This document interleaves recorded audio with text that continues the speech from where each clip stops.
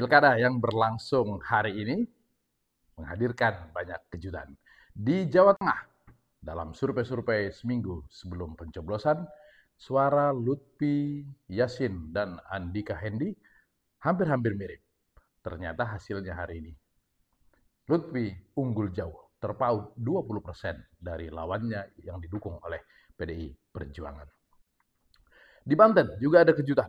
Dinasti Ratu Atut yang berkuasa sejak 2006 hari ini tumbang. Airin Ade dikalahkan oleh Andra Soni. Di Depok, di kampung saya nih, juga ada kejutan. PKS yang dikdaya selama 20 tahun, hari ini harus mengakhiri kedikdayaannya setelah Imam Ririn dikalahkan oleh Supyan Chandra.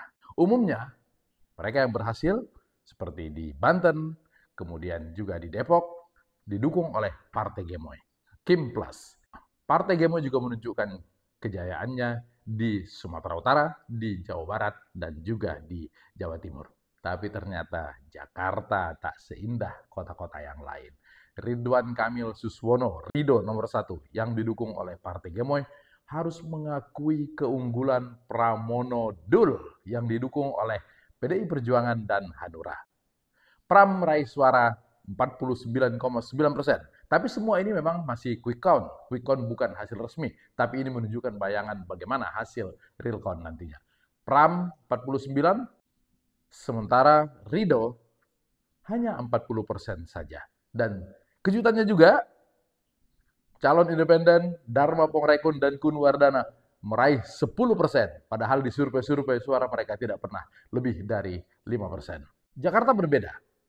Kalau di daerah lain siapa yang unggul otomatis menjadi pemenang, sementara di Jakarta harus 50% plus 1. Berdasarkan hasil quick count itu dengan margin of error 1 atau 2%, maka belum bisa dipastikan apakah Jakarta cukup 1 putaran atau harus berlangsung selama 2 putaran. Jadi harus menunggu real count tadi. Yang aneh adalah di Jakarta, ketika Ridwan Kamil dan Suswono kemudian kalah dari Pramdul, orang bilang, tuh calonnya Mulyono kalah. Memang Rido didukung oleh Joko Widodo. Ini sesuatu yang wajar. Karena Pak Jokowi juga cari pasal. Begitu Khofifah unggul, dia langsung menelpon Khofifah mengucapkan selamat. Padahal kan Pak Jokowi bukan ketua umum partai. Juga bukan pejabat negara. Ada apa harus menelpon? Seolah-olah melakukan selebrasi.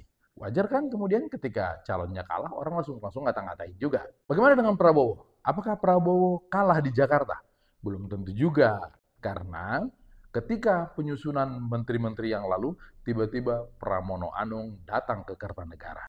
Dan dari deretan orang-orang yang datang ke Kertanegara, semuanya kemudian menjadi menteri, wakil menteri, utusan khusus, staf khusus. Hanya Pram yang melanjutkan perjuangannya menjadi gubernur di Jakarta. Ada apa dengan kunjungan itu? Karena setelah kunjungan itu kemudian mesin partai, Kim Plus, seolah-olah tidak bergerak di Jakarta. Hanya PKS saja yang masih tetap bersama dengan Ridwan Kamil. Kalau tadi dikatakan di putaran pertama Kim Plus sebagai pendukung Rido kurang bergerak, bisa jadi kurang bergerak itu karena mereka sibuk di daerah memperjuangkan calon-calonnya di daerah. Nanti kalau putaran kedua ini berlangsung, maka tinggal Jakarta yang masih melaksanakan pilkada. Bisa jadi kemudian semua partai akan all out.